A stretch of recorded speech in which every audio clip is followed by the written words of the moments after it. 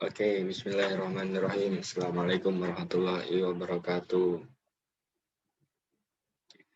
Baik, di sini saya sedang bersama Mas Hasbi. Bagaimana nih kabarnya Mas Hasbi? Waalaikumsalam warahmatullahi wabarakatuh. Bagaimana nih kabarnya Mas Hasbi? Alhamdulillah baik Mas Hafid. Alhamdulillah baik. Nah, oke, kita langsung aja wawancara ya tentang culture shock. Nah, kira-kira pengalaman dari Mas Hasbi ini tentang culture shock itu bagaimana nih?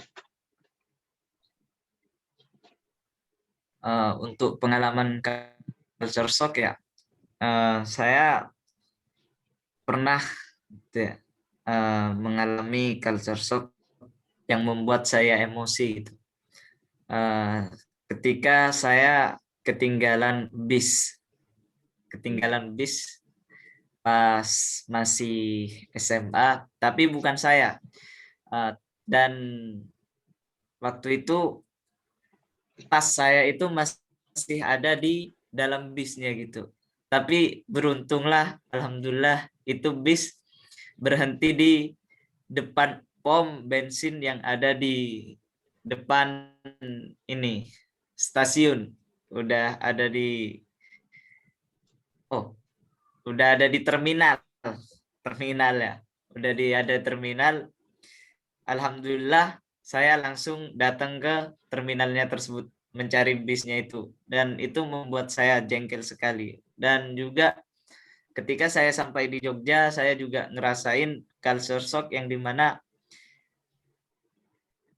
merasakan makanan yang kurang pas gitu di lidah, dimana makanan itu sangat, ya tahu sendirilah Jogja gitu ya. Jogja itu kan makanannya manis-manis gitu. Ketika saya merasakan yang namanya makanan khas Jogja yaitu gudeg, wah itu saya sangat tidak senang gitulah, istilahnya gitulah. Oke.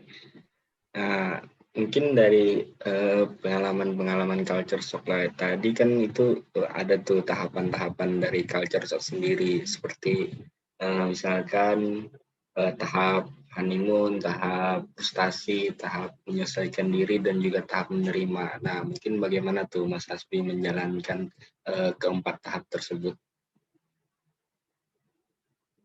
Ya, untuk masalah tahapan dari tahapan culture shock sendiri ya,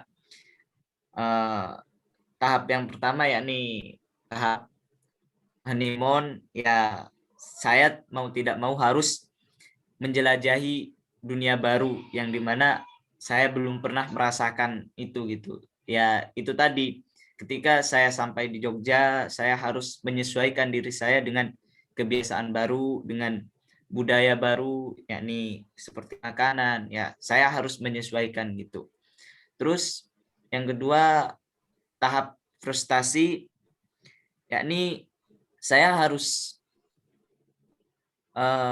ya mau tidak mau kesulitan itu harus bisa jadi pembelajaran bagi saya gitu. Harus sabar sendiri gitulah. Terus yang ketiga ada tahap menyesuaikan diri. Ya harus bisalah diri ini untuk sedikit demi sedikit mulai nyaman dengan budaya itu gitulah.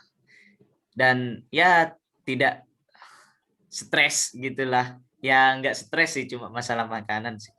Terjadi ya mengerti perbedaan, karena kan di Indonesia sendiri banyak sekali perbedaan gitu. Mau tidak mau ya harus menyesuaikan diri gitu. Terus yang keempat gitu, tahap menerima, memahami, menyadari bahwa setiap budaya itu berbeda-beda, tidak ada yang salah gitu.